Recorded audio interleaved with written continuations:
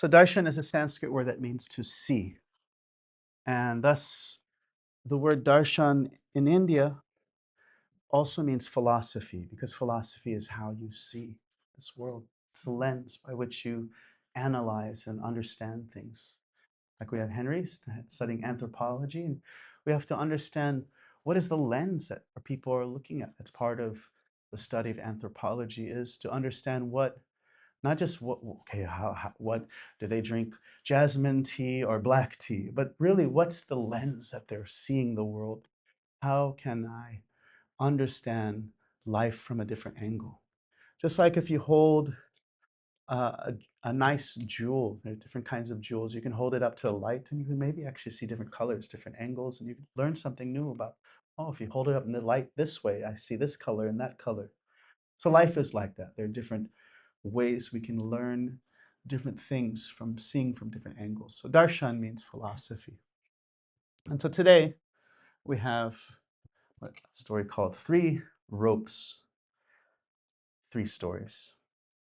Any of you have been to India before? So during my last trip to India, which was not very recent, it was quite some time ago, there was a little kid and he had a tiny little string and he was walking.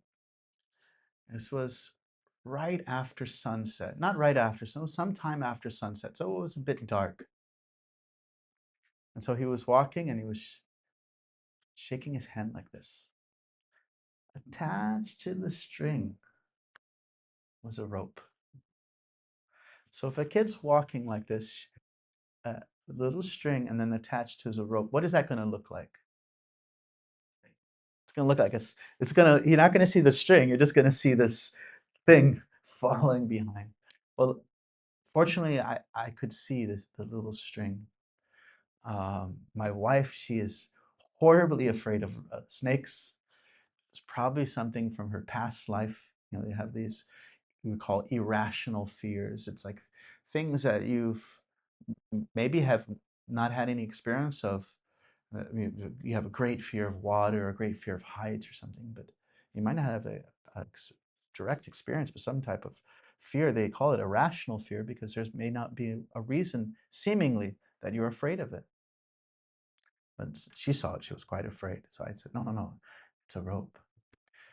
And actually, this is a classical example that's given in India of the concept of illusion.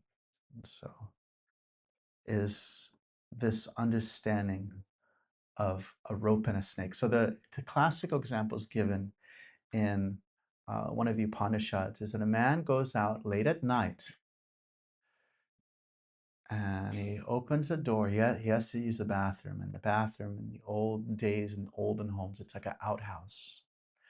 So he goes out at night and he sees, ah! He sees a snake. Shuts the door, runs in. Now in America, we might not be able to relate to this so much because we don't have so much experience with snakes that with one little bite you are dead. Like in I think West Bengal is like #1 cause of death, snake bite. #2, car accident. They if you go to India and you think the driving is crazy in Delhi, just wait till you get to West Bengal. It's like a whole nother level of insanity. So it's like #2 is car accident, but snake bite. And for people in India are proudly afraid of snakes. In America, we're like, oh, well, it's a snake. Well, I saw a snake. But yeah, and you have some places around the world where there's very deadly snakes and people are naturally very afraid. But then the man, he woke up in the morning and then he opened the door and then he saw, oh, it's just a rope. And so he placed an imposition upon what was the rope. It was actually not a snake, of course, but his mind created an imposition. So this is what you would call an illusion. So he has created this kind of imposition. Let's see what we got here. So just like a person who's like in a VR, he might see something very exciting or very beautiful or very scary. And why does he engage in the VR? Because it provides those kind of emotional things. Like, nobody would like a horror movie to happen to them, but somehow we like watching horror movies because we enjoy the excitement of it, or the fear without actual danger. Now, in the ancient literature of India, it would go so far to say that we are all actually in a VR right now. That this actually is a type of illusion. Now, we're going to clarify what kind of type of illusion, because it can be a misunderstanding of what does it mean, illusion. You know? And so the person who is in this VR, he's imagining himself a man running down the street. He has a particular, looks like he's wearing the same outfit, but he may imagine himself, you can see in a different VR, he may imagine himself as a woman running, or maybe he imagines himself as a dog running, or he sees himself as a bird, or he sees himself, experiences himself as a tree. So his sensual inputs is, and if you look at the body, you have, and you look at the VR, you have, so the camera or the screen is just your or the camera is your eyes. You have the microphone is your ears, the speaker is your voice. Like this, you find all these correlation is there.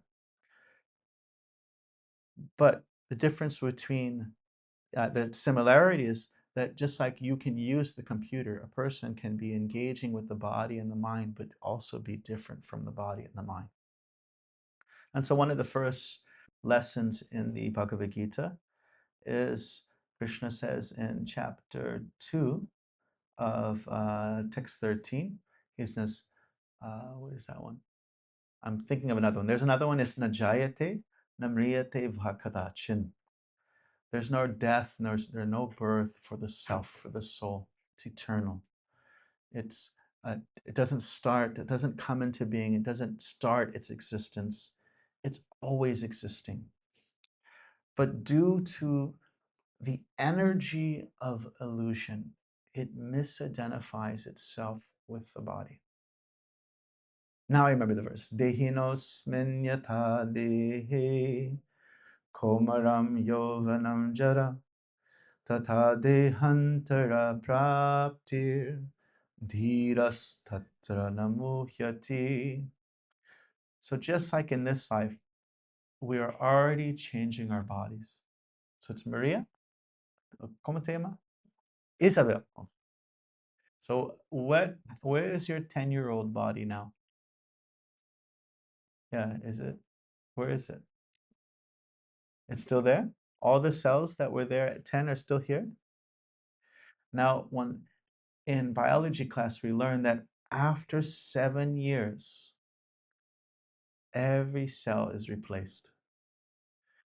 So within a period of, if you're now 14, if you're 10, if you're now 17, then your 10-year-old body is gone. Actually, the body you had when you were 10 is no longer alive. All those cells have died, but Isabel is here. And the reason is because Isabel is not her body. You will eat delicious food today, and you aren't that food, but that food will become the building blocks of your body. And then those cells will eventually die. So that you aren't the food before you eat, you aren't the cells when you're inhabiting the body, and you aren't those cells when those cells die off and are no longer a part of the body. You are the conscious observer within, just like the person who's within the VR, consciously observing everything. So let's see, what do we have next? So when you're looking at a TV screen, if you look up really close, what are the colors you see? If you look really, really close, RGB, so that red, green, and blue. These three, you have, like in art, you understand the primary colors of yellow, red, and blue. The mixture of these colors create a whole variety of colors. For digital, it became easier to use red, green, and blue. That was just for like digital works and how they make pixels. But the same thing is there, that there's certain primary colors, and by mixing these colors, you're from 3 gets 9, 9 becomes 80 times 3 becomes 9, 9 times 9 becomes 81. You keep the variety keeps on increasing of all the different mixtures. So when you're in that VR, you're seeing everything, but it's coming down to just 3 colors, correct? Everything you're seeing is just 3 colors, but it seems like quite a variety. And so the Bhagavad Gita explains that this world is, you could say, pronounced with 3 flavors. It has 3 modalities that are behind it that are part of the illusion. And so these are called the 3 gunas. Guna also means rope. And so one of the easiest ways I find to digest the concept of guna is to see some examples of it. And then you'll start to like get it. That when you start to get the energy, the mood of it, then you'll start to get it. So I'll give you some examples. Time of day. So I'll share some Sanskrit glossary goodies for you to take home with you today. So there are 3 words, sattva. Can everyone repeat that? So sattva is that feeling. No problem.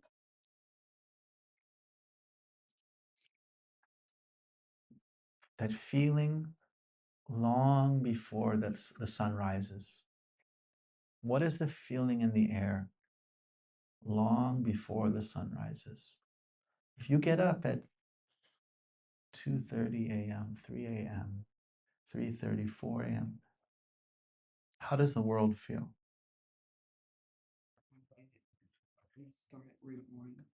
Would you say that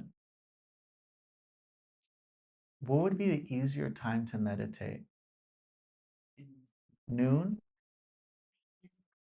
It has that peaceful kind of, your mind is like not like go get, go get, go get. It's like a little peaceful, maybe time to read, journal. It's good, deep internal personal development things can be done at that time. It's a very good time for that. That's why you find in all these ancient cultures, the deep spiritualists, they put a lot of, they get up early because you know that this is such a valuable time, and I can't get that atmosphere at another time of the day, and therefore let me use that advantage to my advantage. Let me take the early morning to help me. So you see, that's like the yellow. That's called the sattva guna. In translation, in English, they often use the word as goodness, but we use this word so many different ways that sometimes just the Sanskrit helps out more than the English because we get caught up in the English word and we might think of different things. So how do you feel in the middle of the day? That's ready to go home. Or maybe say even like say 10 a.m., 10:30 a.m. That's when you are building your kingdom. That's like, I'm gonna be a boss, I'm gonna build something great. That's rajas. Can everyone repeat that one? Rajas, mode of passion. Don't just sleep all the time. Build your empire. No, that's the mode of passion. And that's going to be time of the day is going to be the mid of the day is going to be, you're going to feel like getting all the things on your checklist done, you know. Actually, while we're in New York, we start our mode of passion at like 5 a.m. We're running our things off our list, you know. We miss a little bit of that mode of goodness, you know. And then nighttime. Nighttime is called tamaguna. Repeat that. Everyone can repeat that. So tamaguna, um, tamas means ignorance. So unconsciousness is a state of ignorance when you're not conscious. So if you're asleep, you're unconscious. But it's also the time of the day that people do the most regretful things. Yeah? It's when that's when I shouldn't have done that. I can't believe I done that. That's when more crime is happening. That's when more infidelity is happening. That's the energy that is there, the atmosphere that is there. It's not just an arbitrary thing, it's a quality. So let's look at this. Which one do you call, what would be the one in yellow? What would be that called? But it would call it sattva. Sattva, yeah. It's something that's very nourishing, very satisfying, tasty, but you don't feel like, if say you eat 3 bags of Doritos, you're like, "Ugh," you don't feel good after. It doesn't, so yeah, sattva is, it's like, it's not taxing you. Rajas, it's too spicy, too salty, too sour, too bitter. It's just everything is a little bit too much, a little bit turned up. And I'm making my yes, yeah, oh, yes. This is, and then tamas. You see, tamas is really like uh, old, some canned crock, something old, dead, decaying. If some Russian can help us out with that one, I think it's got Cyrillic letters there, so we need a translator. So it doesn't look very. If someone is in a very sattvic mood, if they're trained their mind, just like you can train a computer that when you put blue in front of the screen, it says, "I like blue." And then you put a yellow in front of the screen, you can train the computer, and the computer says, "I do not like yellow." Now, does the computer actually like blue or not like yellow? No, it's just a conditioning. But that's also for us. We may have a conditioning due to past influences, years of commercials, lifetimes of influences, that I like this, but it might not be the deepest desire of the self. So someone who is heavily in the tamagun rope. Remember we said the word guna also means ropes, 3 ropes. So you have sattva guna. Imagine you're tied up. You have just one rope. Oh, you got a little bit of freedom here. Rajaguna, passion. A little less freedom. Tamaguna, very little freedom. So if someone is uh, a heroin junkie, would you say that they have as much as freedom as like a 15-year-old full of imagination? No, it's like the the the the attachments that are there are so binding that their expression is being bound. You know, the what they want to do internally versus what the mind says, the conditioning, just like the computer says something. That it's a greater, it's more ropes, it's more, or maybe we will find with these gunas that they're always there, these 3, but this person may have all 3, or the tamaguna quite tight. Now, which one would you say is a sattva guna home?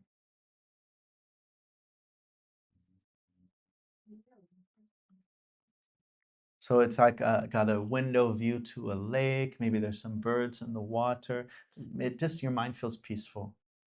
Rajaguna, I'm building my kingdom. And Tamaguna is, yeah, my house is in the red light district. It's a sub basement, and sometimes it's used as a brothel or something. It's really got a lot of darkness mixed in. It's in the back of the bar or something.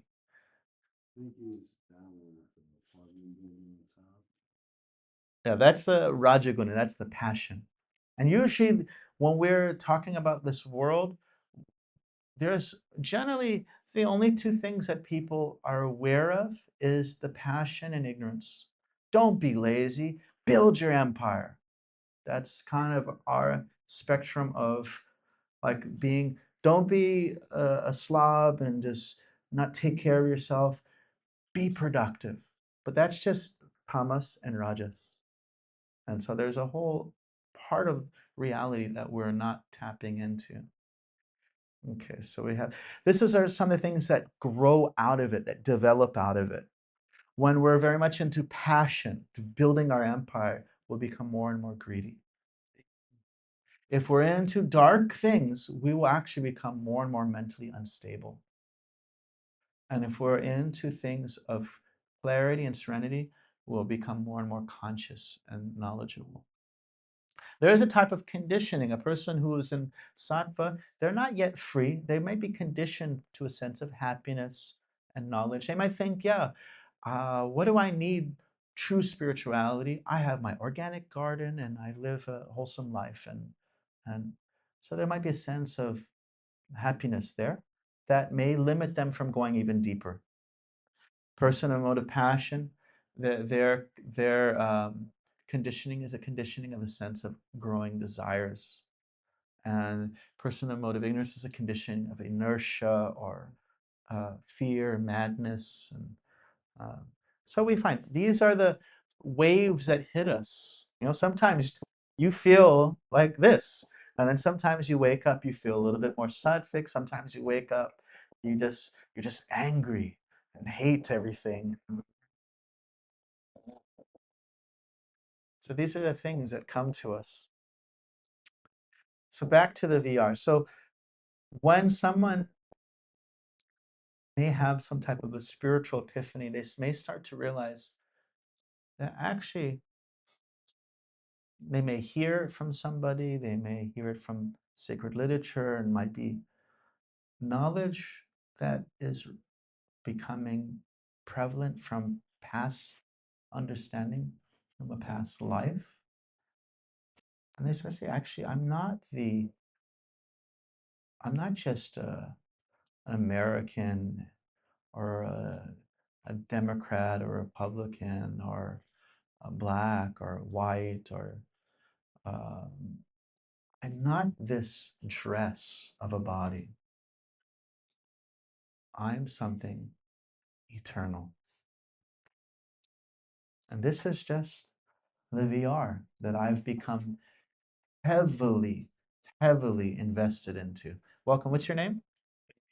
Fabian, nice to meet you. And Christina, nice. So we're talking about illusion, and this person, all these people are in a VR, and this is one person who begins to see. Actually, he takes off his headset and is like, "Oh my God, this is the Matrix. I'm not who I thought I was."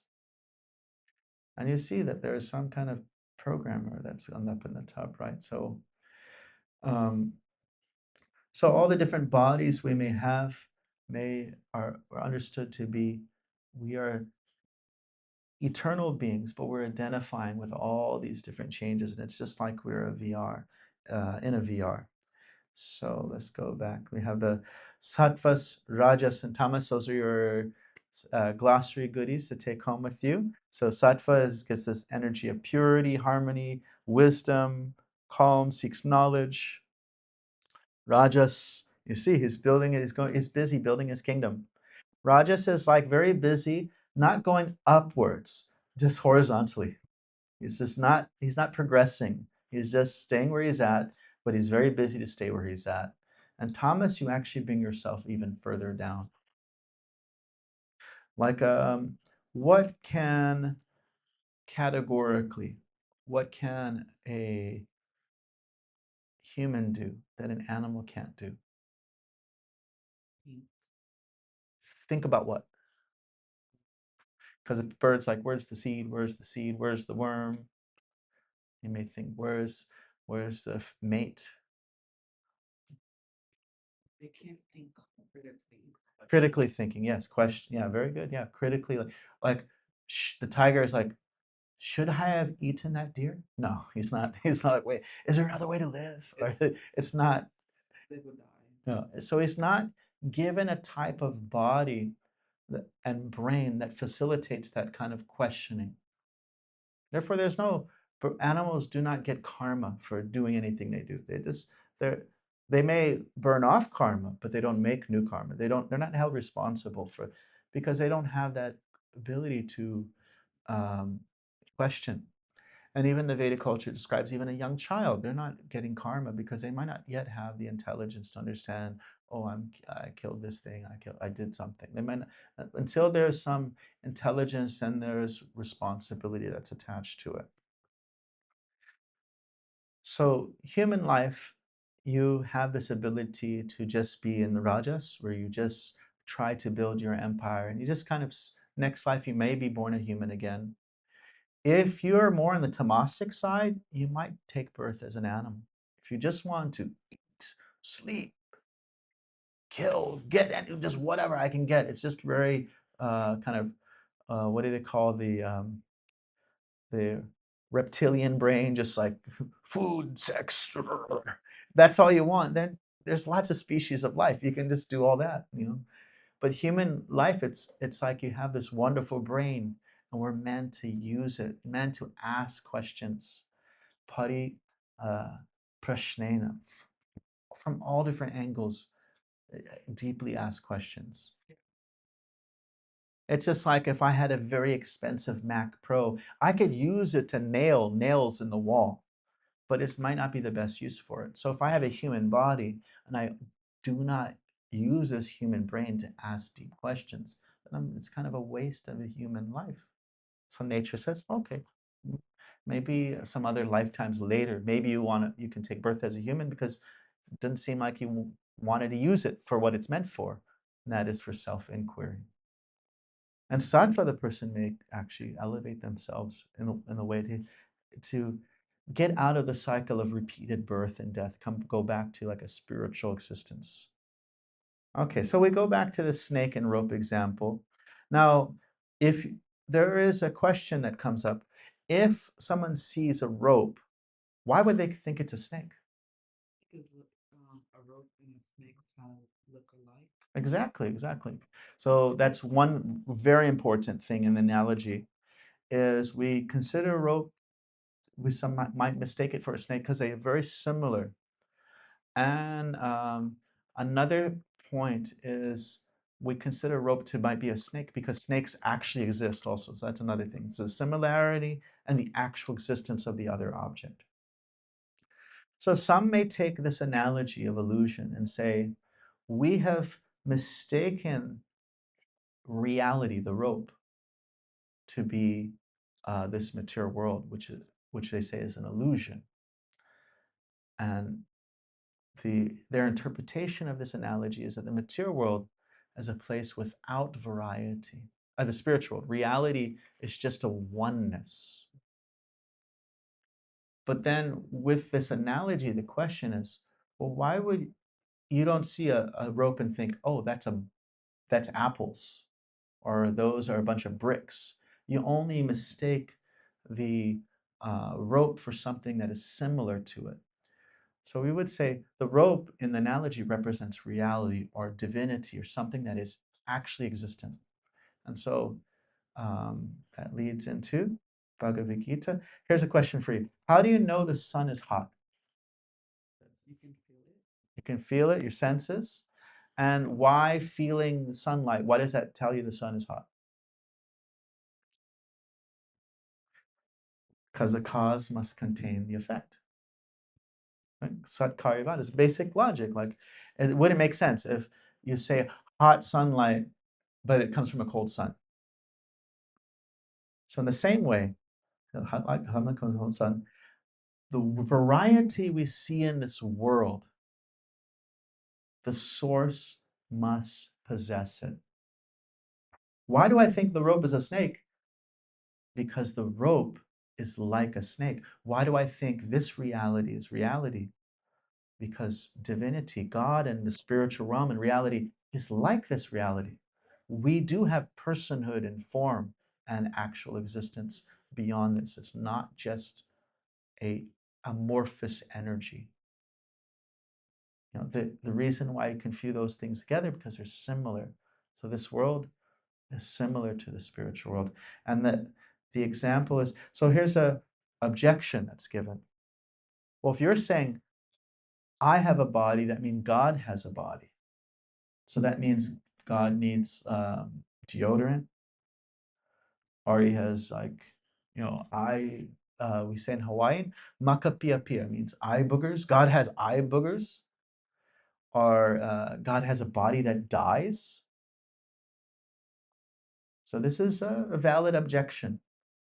So let's look, going back to the example of sunlight. So what about darkness, shadows? If you're saying this, so if our personhood or human form has frailties, then what does that mean about God? Is God's form also imperfect? So all you have to do is, in this world, you see, if there's some light, there's some shadow. But if you follow that ray of light all the way back to the sun, all the way back to the source, it's not a place of darkness. It's full, utter luminosity. So I may have a form that's full of imperfections, but if you go back to the source of everything, the source of everything is a being that has a form that is fully perfect. I might have intelligence, but the source has an intelligence that's fully perfect. I might have humor, but the source is the most hilarious. I might have beauty, but the source is the most beautiful. I might have strength, but the source is the most powerful. That's the meaning of the word Bhagavan. Bhaga means beauty, wealth, intelligence, power, all these things that cause somebody to be attractive. Like Albert Einstein was not attractive because of his beautiful flowing hair. It was his intelligence.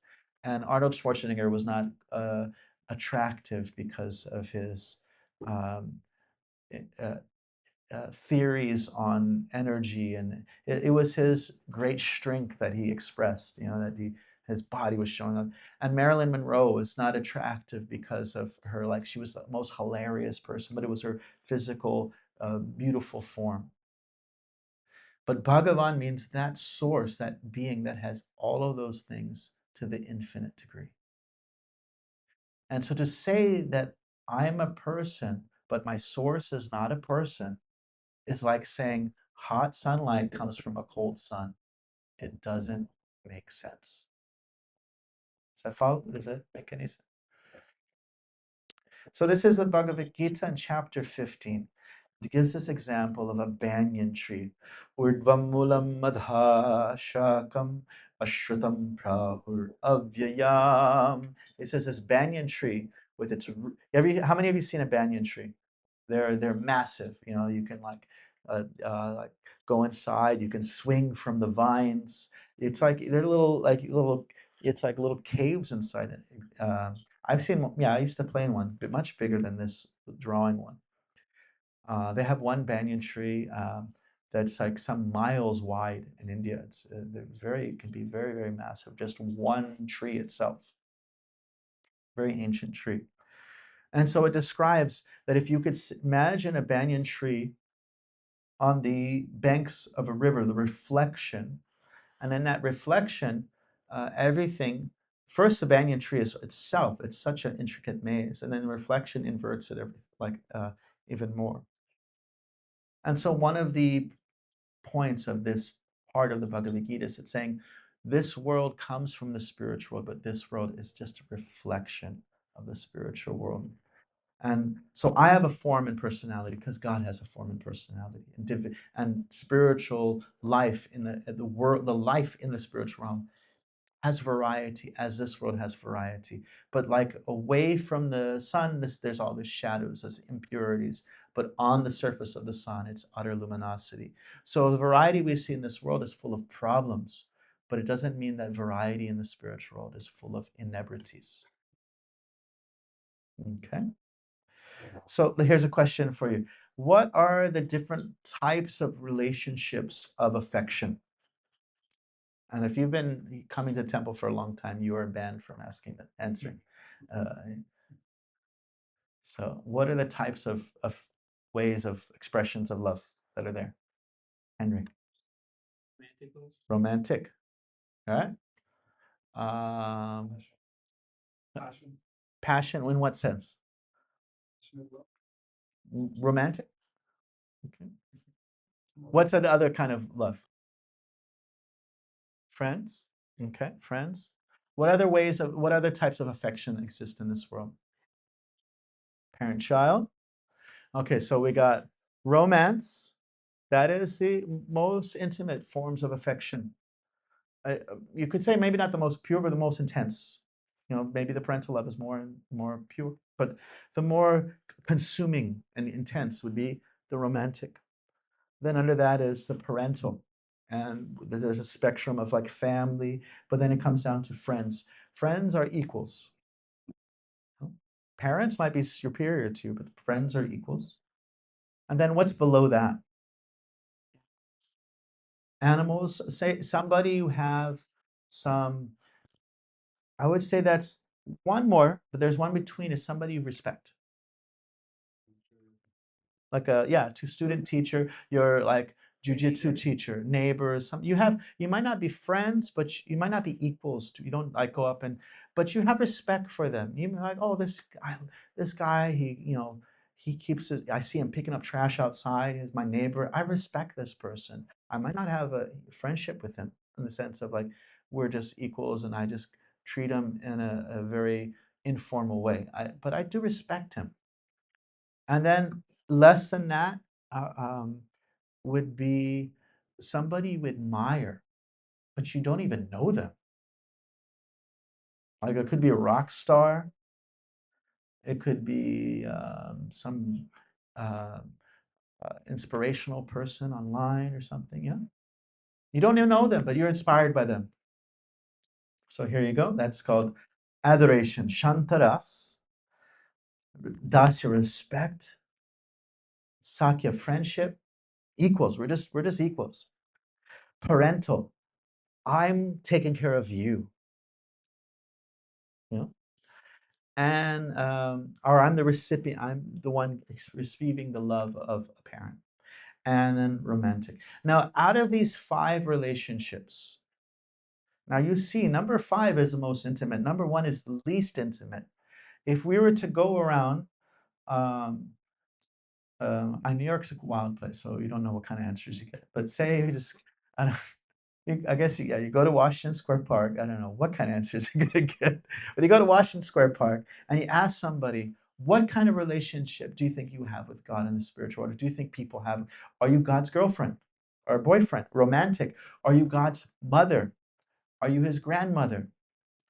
Are you his best friend? You say, "What's up, bro? What's up?" And you just like slap him on the back. You pull his hood over his face. You just play some jokes with him. You're very like informal, no respect, just friendship.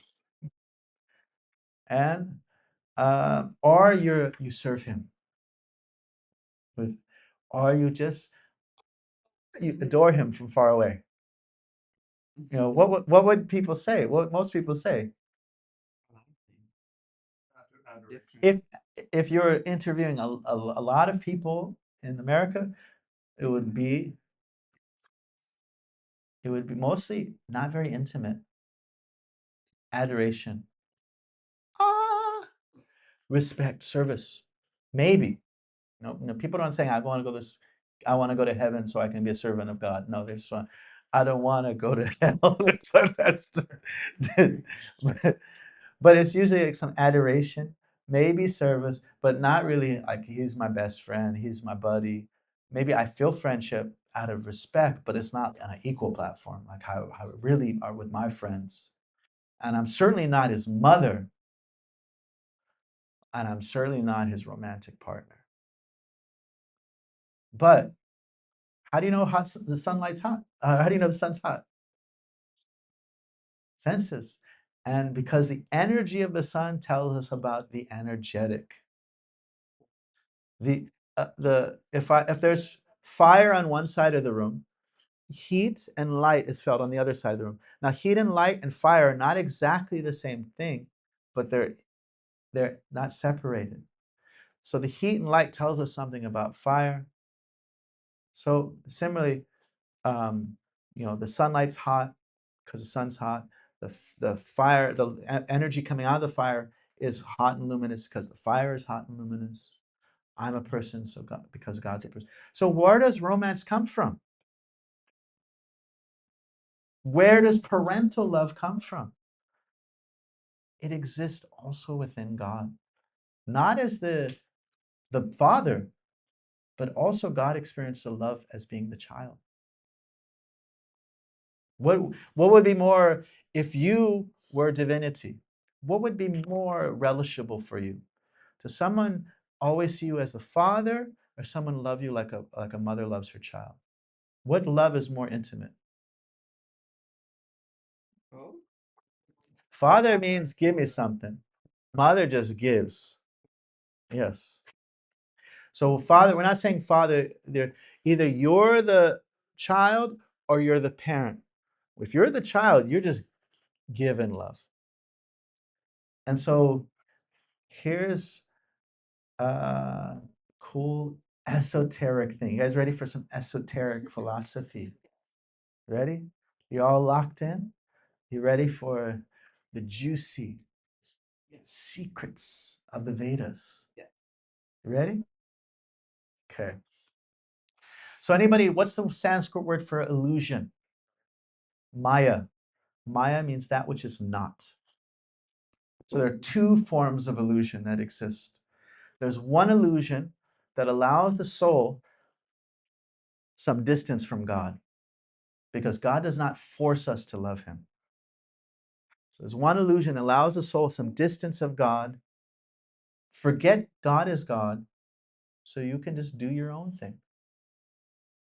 So that's called Maya in general, or also called Maha Maya, the great illusion. Um, like there is this story where these two fish are swimming in the water, and then an older fish swims by and says, "Hey, how's the water, guys?" And two fish are, and then they swim off a little bit, and they're like, they're like, "What the hell is water? What's the guy talking about?" Because they're not aware that this thing that's all around them, that they're in it and of it and made of it, and it's all around them. They're not aware of it. Is two little younger fish. And so, same way, we are in this world and we're not aware that everything is actually made out of divinity.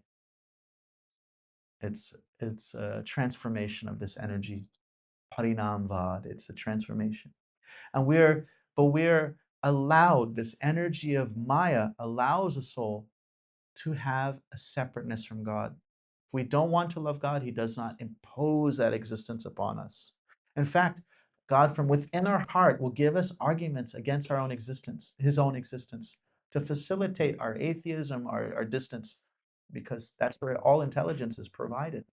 So you don't want me? I will help you. You want me a little bit? I will help you that a little bit. If you want to just see me as an energy, then I will just show you my energy side. I won't get personal with you because you're not looking to get personal with me. If you want personal help, then I'll show you. Ooh, I'm here. And therefore, the Christian, the Muslim, the Hindu, anybody who approaches God in a personal way, love, feels some personal response because he just responds. He doesn't care what religion you are, he just responds. So, Mahamaya, the illusion that facilitates one's separation from God. So, are you ready for the juicy, esoteric, deep side of the Vedas? There is an illusion that facilitates your intimacy with God. And the Sanskrit word for that is called Yoga Maya. So, yoga is this English, where we get the English word union.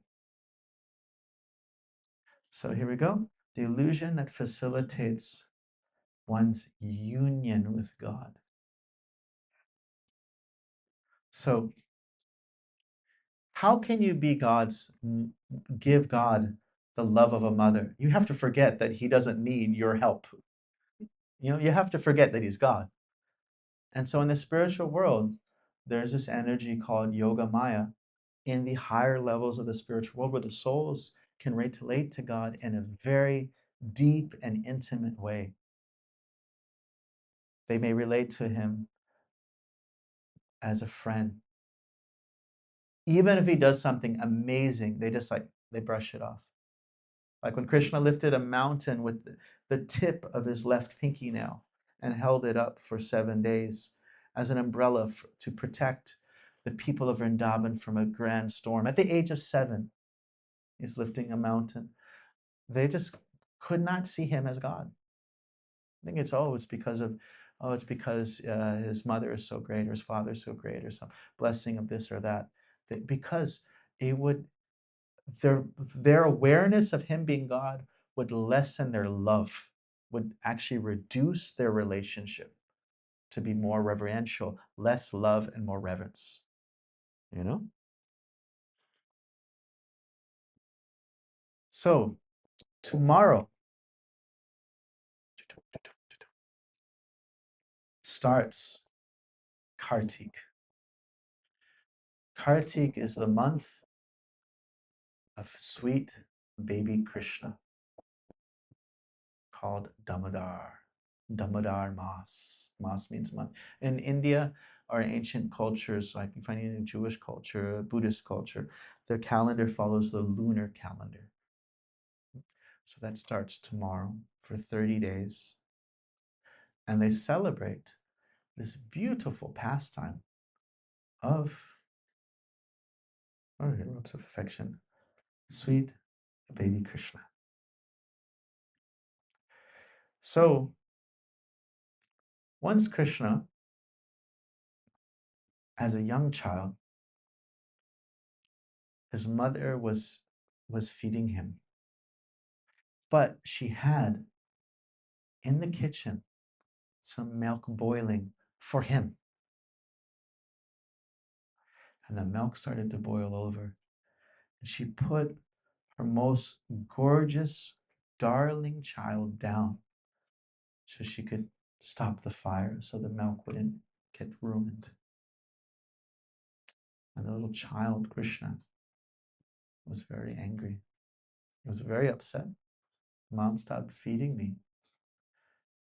And Krishna is a very, very naughty child. And so he snuck into the neighbor's house and he got into their batch of yogurt and started to eat it. He took down, this is something kind of a thing that he would do several times, not just once. And he would feed it to all the monkeys. You see, everybody see the monkeys there? Actually, when I was in Dallas, I served as the congregational director of the Dallas Temple for about 15 years, and there was this painting was there in the office. My favorite, it was there, and I always love seeing it.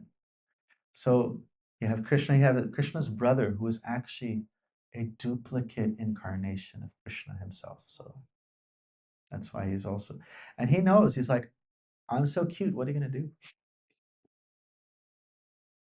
What will you do? And so you could see what happened. You see the light. Someone had just opened the door and they just got caught. So adorable. And he has his hand in sometimes it was freshly churned butter that was made from yogurt. Sometimes it was yogurt like this. And he became known as Makhan Chor, the yogurt thief, the butter thief. There's also Chora, Navanita Chora, Navanita Chora. Yeah, that's another name for Chor means thief. Hari also means thief. So Manohari, one means the thief of the heart. He will steal your heart due to his beauty, due to his charm, due to his. When a child is very clever and he does something very intelligent, it's very enamoring. Now, if I were to break in your house and steal your yogurt, would it bring you any pleasure? No. You'd be like, I don't lock him up. You'd be chanting at the prison, lock him up. But that's the difference between the soul and God. that we find that there's thievery in this world because even the dark things in this world find their beautiful perfection in the spiritual world, some aspect of it in its real, truest form. So when I steal from somebody here, I give them pain. But when Krishna does it, going sneaking to the neighbors' houses, it gives the greatest pleasure. It's so charming and so beautiful and so heart-wrenching. And so they don't love God because they should love God, because they're going to be damned if they don't love God, or they're supposed to love God. He's just the most lovable being that there is. And that's the ropes of affection. But so one day, he was caught in the actually he would say like, no, he would have like yogurt. He's like, I didn't do that. I never stole. They're lying. I didn't steal any yogurt. And then he's like got it on his face and stuff. And so his mother, now I didn't get the chance to put the last slide. Now I have some pictures here. I might have some pictures. Okay, so let's see. Okay, you see. There you go. So his mother he started to run. First, she followed these like yogurt footprints that were in the neighbor's house. And then she found him and she started to chase him. And the flowers were falling from her hair. She was like thin waisted. She had very beautiful form. It was such a beautiful scenery of her running after Krishna. Well, it's all in the literature. So it's a very, you have to take the video into your heart, to digest it, and then it comes. And so he is being chased. Now, it's described that the yogis may try to capture God after many, many lifetimes of performance of yoga. What are they trying to do? Capture God within their heart. And it's very hard. But there's something you need. You need the love of a mother. You need to love God like a mother. That's the only way you're going to be able to catch him. Otherwise, you may try to the perfect degree for many lifetimes. You need to actually tap into that loving connection. And so she captured Krishna and she decided to put him in timeout. And so there was let's see, I think there's this grinding mortar, this wooden barrel you see here. That was one of his things that he used for his thievery. He would get on top of it because the neighbors know, oh, Krishna, he's a naughty kid. He sneaks into our house. So let's put everything really high up. And so he moved this thing and then he got on top of it with his friends and they like would poke a hole. And he said, okay, well, this is your naughty companion. So here, you guys are both going to be locked up. And so she tried to tie a rope around his belly. Now she ties jewelry around him every day.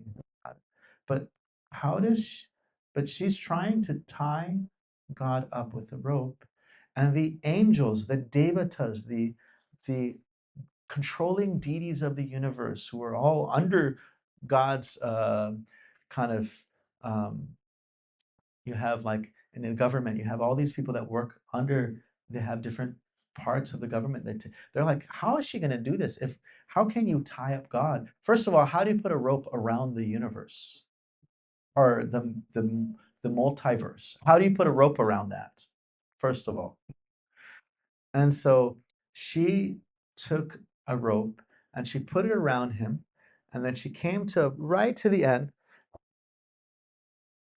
It was 2 fingers too short. And so she added some more rope.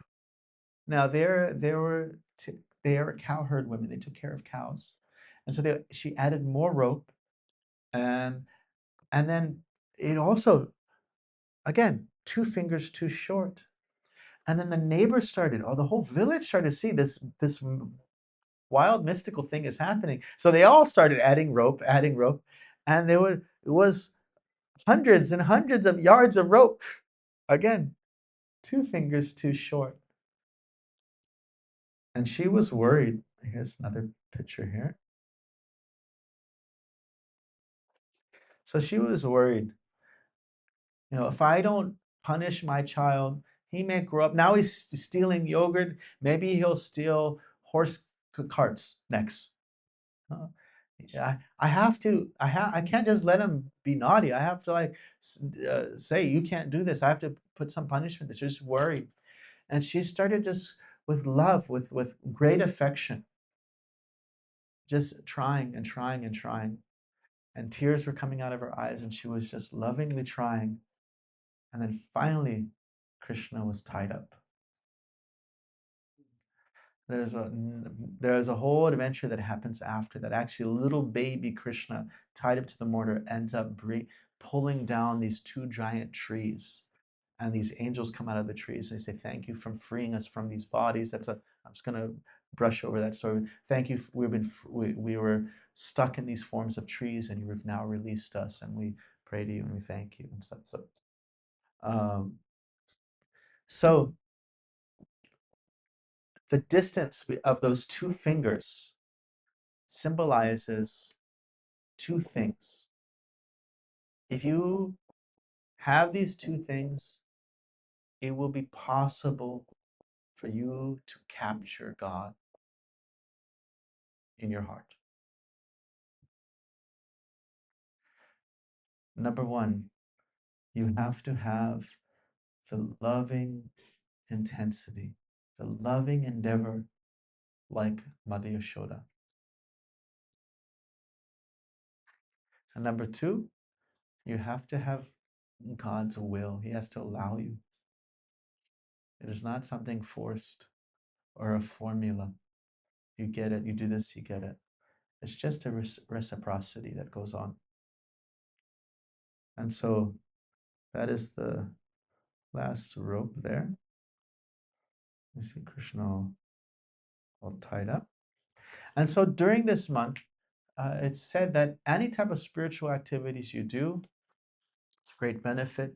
You can actually, it's said that the activities that you do, you get multiplied benefit, extra mercy, just like Krishna is granting mercies, allowing Mother Shoda to capture him. We are given mercy in this month. So it says anything you do spiritually, 1,000 times the benefit. So if you were to say, I'm going to do 10 minutes of japa meditation, it's like doing 10,000 minutes of japa meditation. Say, I'm going to do some reading of ancient spiritual texts to refine my intelligence. It's like 10 minutes, it becomes like 10,000 minutes a daily. You'll find in the temple, every day they're offering a candle, a diya, a light, offering to Krishna. They'll sing a beautiful song of Damodara-astaka. They'll sing every evening. Namam Vishwaram Sachid Ananda Rupam. And one of the gist of the song is that God is not conquered by anything other than devotion, love. Doesn't care much for your ritual, for your obedience, for this. It's your love. And that can actually, the soul can be even greater than God in that way, that he can capture God. God is moved by the love of his lover.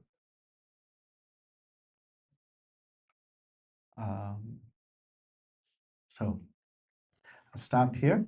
See, what are your questions, reflections, and what will you take home with you? We went through a lot of different things today, and from some basic stuff to some esoteric stuff.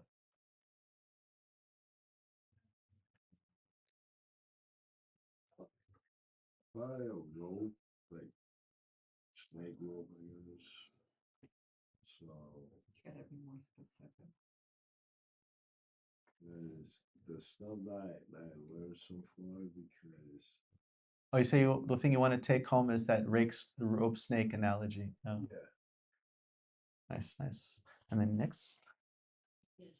I was wondering, would you be able to briefly expound a little more on the other relationships with God Hmm? that you were mentioning, like Romance, friends. Yeah, yeah, yeah. And so it's described that the most intimate relationship with God is romance, but it's not understood easily because the romance of this world is like iron or lead, and the romance with God is like gold. So though iron and lead has similar qualities to gold, but they're also very different. And so what we know as romance is very much uh, kind of imbued with a sense of what do I get out of it? Or how am I going to get something out of this? Actually, um, and earlier I mentioned this that the the closest thing to love of God that exists in this world would be the love that a mother has for a child. That's the closest thing because that's the closest nearby example of something that is very unconditional. You know, the father, the child's love for the father is conditioned, like, you know, I want this, I don't like it. But the you know the it's not like the mother doesn't is not expecting anything. Like you can stinky poop, not stinky poop. The mother just loves. It's not like, you know, I want you to do something for me or anything. It's just without conditions. It's an offering, an outpouring of love. Um, the romance that exists in the spiritual world is like that. It's not a sense of any type of what do I get. It's a sense of I want uh, to give you happiness. So it is not.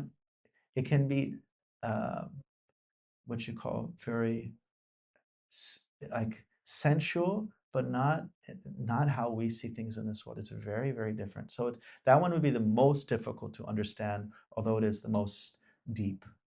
And therefore, there's a lot of literature to help develop a proper understanding of that. Friendship might be a little bit more easy to understand it. Yeah, like Arjuna, even the Krishnas, the cowherd boys, you see them, they're all playing tag with Krishna. Like, I would love to do that. Like I remember reading like the old Peter Pan book, and it's just like he's just having adventures all for eternity. They're just having adventures for eternity, and everybody loves him because he's just the most charming, cool guy. That's Krishna. That's God. And sometimes they're playing a game. Krishna loses, or they wrestle. They beat up Krishna, and God loves it. Mother Yashoda, everybody's saying, God, you're so great. But his mother is saying, you're naughty, you're bad. And he loves it because there's more love in that. You know, there's reverence and love, and they're not exactly the same thing. And so that saturation of love is what moves God's heart. So, and yeah, so the friendship. Henry's got a question. Just gonna ask, when we were going through the three, like Sattva, Rajas, and Tamas, said Sattva purity. If you like solely focus on that, there only really can only be good outcomes. I guess you become more righteous. If you do you have to reject Rajas and Tamas entirely, I guess, or can you? Well, those modes, like I said, like those, it's you'll never find a pure expression of it in this world. It's all mixed together. So you're trying to invite sattva in your life, and like you have to sleep and you have to be busy. But a sattvic person knows how to use those energies and not be controlled by. So, um, so we're in like this basement room. We hear the subway going underneath. So this is almost kind of like rajas. We have some idea. Like if there's those guys are doing kirtan on the sidewalk, we may hear it. Here, we might hear it. Um, so we're not fully conscious. We have some idea. We have some sense of conscientiousness. But we're outside at the window, not outside. We're upstairs looking out the window. Everything's very clear. We're not there yet, but things are quite clear. But if we're in like the studio with the soundproofing room, we have no idea what's going on. So Tamagun's like that. Rajagun is like there's a sense of conditioning, and then Sattva is there's much more clarity. That's what Sattva Gun is like, things are much more clear. But so a sattvic person would know how to use those energies and not be drawn in down by those things. Thank you. Yes. Is scolding, sorry, is scolding Krishna like Mother Yashoda? Yashoda? Playful way, like a good way of developing like that form of a relationship with him? Well, we don't like start pretending that we're Mother Yashoda, and then we go to like to the temple and like, hey, Krishna, you're not. We actually there is a stage where a person may kind of try to meditate on the mood of the eternal devotees that are in the spiritual world, but that's at a very, very advanced stage. And so all of this different levels, it's that second level that we talked about is servitude. They're all anchored in that I want to give service. So, if I start like scolding, it just might be something in my head. But I really first want to understand the mood of being a loving servant of God. And that mood, when we become purified through practice and by association advanced practitioners, then what's naturally there within our heart will start to reawaken, and we'll start to understand who we really are as spirit souls. And we may actually start to become attracted to a particular relationship with God, but then that would be actually maybe even very private. It's like something's important, we won't even like share it, but it's like very deep, and but it comes through a long, and might not be this lifetime or maybe this lifetime, but it's very advanced stage. What else do we have? What other questions, comments? What will you take home? Yes, Well, I can have two questions. go for it. Similar one like that he asked, and like I said, it's a very intimate relationship with Krishna. To be scolding him, like, what does that mean?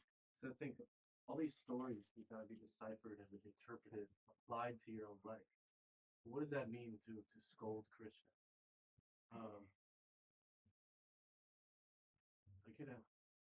I guess it would mean maybe like bullying, with good intention. Well, a mother is not a bully. A mother is just, she's, it's a, again, I just don't take them literally. These stories that I think they're symbolic. well, that's what the rope for snake example was meant to illustrate. If we don't take it literally, it's like saying hot sunlight comes out of a cold sun. If it exists here, it exists there, by logic. I think it's beautiful to interpret it other way. We're kind of going on the basis that's called Mimamsa, is what we call the rules of interpretation. And so in the Vedas, they actually explain very clear ways to understand literature, because otherwise you can't learn anything if everything is just subjective. So that a real sacred scripture can be infinitely interpreted. that's true. That's true. But so for example, there is what is called Mukhya Vritti, Lakshana Vritti, and Guna Vritti. Mukhya Vritti is a word on its face. Like the word go in Sanskrit means cow. That's just what the word means. That's a form of Mukhya Vritti. Another form of Mukhya Vritti is Pachaka. Pacha means to cook, and ka means a doer, so a chef, someone who cooks. That's just the word, how it means on its face. Now, with Mimamsa, it means that if something on its face doesn't make sense, then we look using the rules of grammar to understand what are the other ways to look at this thing. Like, for example, there is a statement, Gangayam Bhasham, the river, those words literally mean Gangaya Gosha. Gangaya Gosha literally means the village in the Ganges, which doesn't make literal sense. When you look at the secondary renditions of those words according to grammar, then it would come out the village on the banks of the Ganges. Ganges is a river. So a village on the banks of the Ganges. So according to Mimamsaka, the rules of interpretation, if it doesn't make sense in its clear form way, then we look at the secondary, or there's what is also called the third way is gonavritti, like Devadatta Simha. Simha, it means lion and king. Simba, you know that? It means lion and king. Like you have Singapore, the city of lions, place of lions. They had a lot of mountain lions there. You have Sinhalese, what they speak in Sri Lanka, which is lion language. You know, lion, Singapore. And you have Simba, actually means lion and king. Yet, if anybody's in the Sikh religion, the last name is Singh, which is the modern way of saying Singha.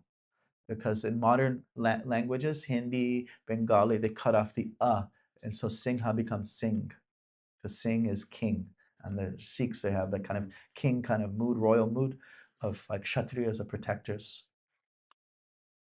So the Mukhya Vritti means you take a word in its sentence in its primary meaning. If it doesn't make sense, then you look at the Lakshana Vritti. Lakshana Vritti is the secondary, or the third, Guna Vritti, the third sense. Important things to do. I guess that's a form of service. So then, even when you take a secondary meaning, it has to be not disconnected to the primary meaning. So let's take the example again of the Gangayam Goshaha. It means a village. Secondary meaning means a village on the banks of the river Ganges. The primary meaning is a village in the Ganges. It would be contrary to the rules of interpretation to take the statement, say, well, Ganga is the flow of the heart, and the village means the emotions that are going through and back through the heart. It has to actually relate to the primary meaning. Otherwise, you can't make sense of anything. So but it's true. The Vedic literature, you have verses, and they're packed. Especially you have like Upanishads, and even more so, you have Vedanta Sutra. Vedanta Sutra is like 3 words each stanza, packed full of meaning. They're actually, they're not meant to be understood as translations. They're more of like an index pointing to, they're like a lesson in 3 words of another part of the literature which expands on it further. So the way Vedic literature approaches interpretation says, if it's written clearly, then that's the clear message. You can also take other things from it, but don't reject the clear thing, because it is a kind of a dishonest way to approach the literature, that to not accept what it's saying for itself. Like, you see these fights and someone says, what you said, and you're like, well, that's not what I said. Well, you said go to hell. And I said, no, I said, you're being angry. But what you were trying to say is, it's like, no, we have to really try to understand what the person's saying in their own words. It is true that when you have these ancient sacred literatures, there's so much packed in, but the kind of approach is we have to understand what is the basic, or what's the core thing, because if it's left to the the limitations of our mind, then our mind is only going to think in a particular box. If I want to sit here and try to figure out what is happening in Japan, then I don't need just my imagination. I need source from Japan. I do need my intelligence to analyze that source. If it doesn't make sense, then I can reject the source. But if it makes sense, then I might gently apply that source and see, does it really pan out? Does it make sense? But I am dependent on a source of information from Japan. I can't just use my own imagination. So these are the three forms of evidence. You have what is called, you mentioned this, perception, logic, and source. We have to use all three of these things. Source material could be scripture. Logic doesn't provide new information. Logic just organizes information, evaluates information. There's no logic without perception or source, because logic is based on previous perceptions or previous things that are heard. It's just a way to deal with information. And perception without logic, the sun is this big. Source without logic, then we're just gullible. We just believe whatever scripture says or who said this said. And so all three of these things need to be used. Thank you. All right. I think I'm hopefully logically concluding that the feast is ready for all of us. We always start off and with a little bit of kirtan. So Om Tat Sat.